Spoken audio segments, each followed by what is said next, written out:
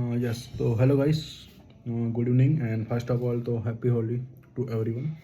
And in today video, we will discuss about the again कि वो students stuck in attempt cycle and cannot handle their mindset and cannot he cannot take specific guidance कि मतलब कैसे करे या फिर करना चाहिए या फिर एग्जिट कर देना चाहिए मतलब वॉट एवर उनके लिए ही हम डिस्कस करेंगे स्पेसिफिकली।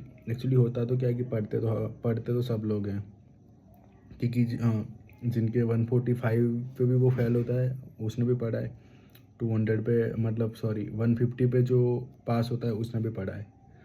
तो एट द एंड पढ़ते जाते हैं 3-4 अटैम्प्ट हो जाते हैं।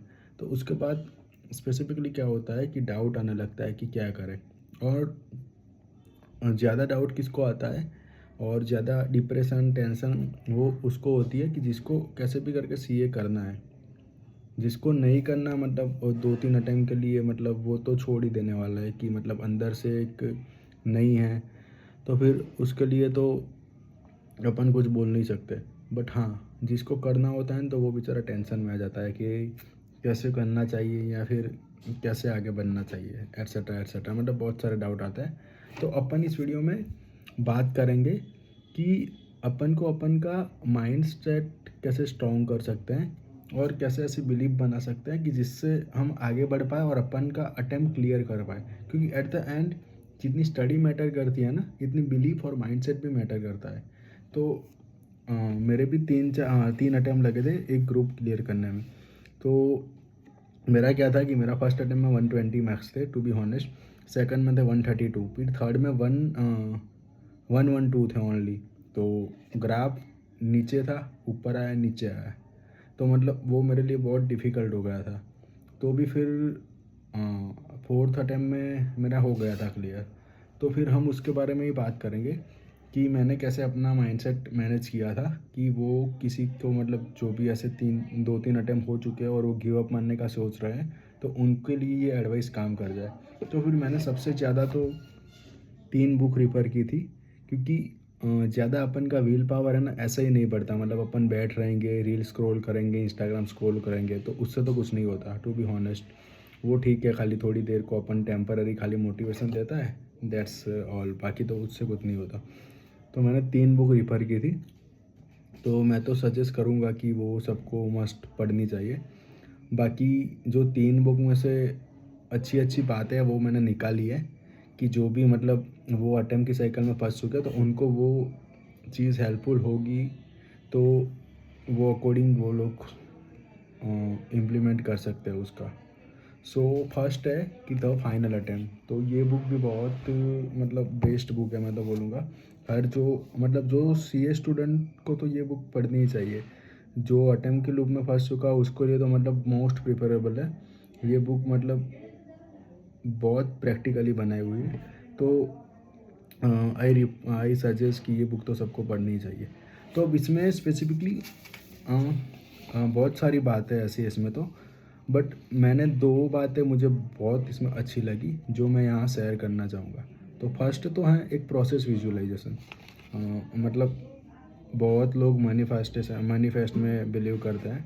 तो अब उसमें क्या होता है कि अपन रिज़ल्ट को सोचते हैं और रिज़ल्ट अच्छा आएगा तो हमारा फैमिली का क्या रिएक्शन होगा, हमारा मतलब हमको कितना अच्छा लगेगा, तो एट्सेट्रा एट्सेट्रा, मतलब अपन सोचते रहते हैं ऐसा।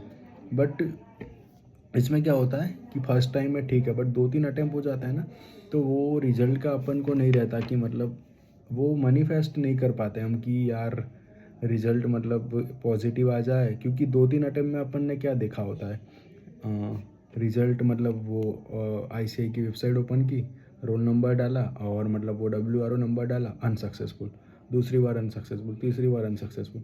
तो फिर वो जो फोर्थ अटेम्प्ट में या थर्ड अटेम्प्ट में अपन को जो ये विजुअलाइजेशन का बोलते हैं तो वो थोड़ा इनलॉजिकल सेंस लगता है कि यार कैसे हम सोचें, क्योंकि हमको वो लास्ट से नहीं याद आता है कि यार लास्ट टाइम तो ऐसा हुआ था। तो सिंपल है, अपन को वो मैनिफेस्ट करने की ज़रूरत नहीं है, अपन को प्रोसेस विजुअलाइजेशन करना है। प्रोसेस विजुअलाइजेशन मीन्स कि लाइक हम स्टडी कर रहे हैं तो स्टडी के टाइम पे मतलब डेली सोचते रहना है कि मैं पेपर में जाऊंगा तो मेरे को 100 मार्क्स में तो 50 मार्क्स का तो ऐसा होगा ही जो मुझे पेपर आएगा ही आएगा, मतलब एंड ऐसा टू बी हॉनेस्ट ऐसा होता ही है, 50 मार्क्स का तो पेपर होता है जो अपन को आता है। तो बस ऐसा रोज़ सोचते रहना है कि मैं एकदम काम माइंड से लिख रहा हूँ। 100 मार्क्स में तो 50 मार्क्स का पेपर ऐसा है जो मुझे आता है, और मतलब मैं बहुत अच्छे से लिखूँगा और मेरी पेन तो चलेगी ही पेपर में।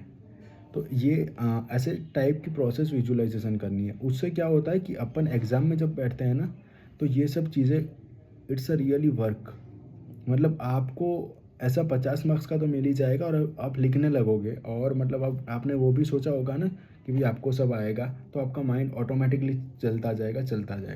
तो एक तो ये है प्रोसेस विजुअलाइजेशन। देन सेकंड है, एक वर्ड है जो ये बुक में मतलब बहुत अच्छे फिलोसोफर ने भी ये रिफ़र किया है, ग्रीट। ग्रीट एक ऐसा वर्ड है कि कोई भी सीए स्टूडेंट हो ना, उसमें जो ग्रीट होगा ना, ग्रीट भले वो टैलेंटेड नहीं होगा तो दैट्स ओके, वो ऐसे पहले से इंटेलिजेंट नहीं होगा तो दैट्स ऑल्सो ओके, बट उसमें ग्रीट होगा ना, तो मतलब उसको सीए बनने से कोई नहीं रोक सकता। अब अपन ग्रीड का मीनिंग समझते हैं, तो ग्रीड का मीनिंग सिंपल है। एक तो उसमें एक जुनून होना चाहिए, भाई मुझे सीए करना ही है, मतलब उसका इन शॉर्ट एक तो वाई क्लियर होना चाहिए। देन और एक अंदर से होता है ना कि भाई हाँ मुझे सीए करना भी है, करना ही है, कुछ भी हो जाए, और वो जुनून से काम नहीं बनेगा। और सेकंड होना चाहिए नीवर गिव अप एटीट्यूड। ये दो का कॉम्बिनेशन मीन्स ग्रीड। तो जो ग्रीड वर्ड है ना वो बहुत इंपॉर्टेंट है, मतलब आप में ये दो चीज़ होगी ना, एक तो जुनून सीए करने का, और एक एटीट्यूड आप में होना चाहिए कि नेवर गिव अप। भले दो दो अटैम्प्ट हो गए, 3 अटैम्प्ट हो गए, दैट नॉट मैटर, आपको करना ही है। तो आपको ग्रीड होगी ना, तो फिर आप कैसे भी करके मतलब आपको अटैम्प्ट मैटर नहीं करेंगे, और आप करके दिखाओगे एट द एंड। तो एक ये दो चीज़ें हैं जो तो फाइनल अटैम्प्ट में एक अच्छी थी, तो मैंने वो दो बातें यहाँ पे शेयर की। अब हैं अब दूसरी बुक है, ये दूसरी बुक तो मतलब अपन को सबको पता ही है कि तो best book that is Bhagavad Gita. तो वो तो शायद हर सी स्टूडेंट को पढ़नी चाहिए। तो उसमें मैंने एक श्लोक है जो है 6.40, उसका मतलब बहुत बढ़िया श्लोक है, नहीं कल्याण कृति सिचत दुर्गति तात गच्छति। तो वो श्लोक का मतलब मीनिंग ऐसा होता है कि हम हॉनेस्टली और सिंसियरली किसी चीज़ को करने में एफर्ट्स डालते हैं ना, मतलब अपन को पता है कि अपन ने हॉनेस्टली एफर्ट्स किए हैं और बेस्ट दिया है अपन का, तो वो चीज़ें एट द एंड बन जाती है।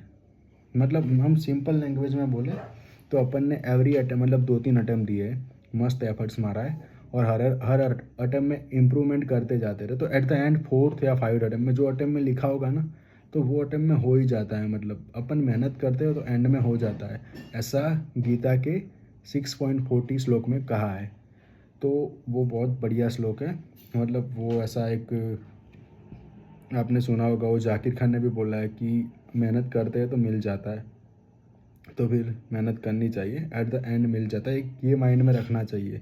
तो उससे क्या अच्छा लगता है कि वरना क्या होता है कि अपन मेहनत करते जाते हैं और एट द एंड अपन को रहता है कि क्या होगा, बट हो जाता है यार मेहनत करते, तो ऐसा कुछ नहीं है। क्योंकि अभी भी आपने शायद जनवरी का रिजल्ट आया होगा, तो तब आपने देखा होगा बहुत सारे लोग मतलब 6-6 7-7 अटैम्प्ट किसी, मतलब मैंने तो एक बंदे की स्टोरी देखी थी, उसने इंटर में 16 अटैम्प्ट दिए थे और फाइनल में उसके 6 अटैम्प्ट थे।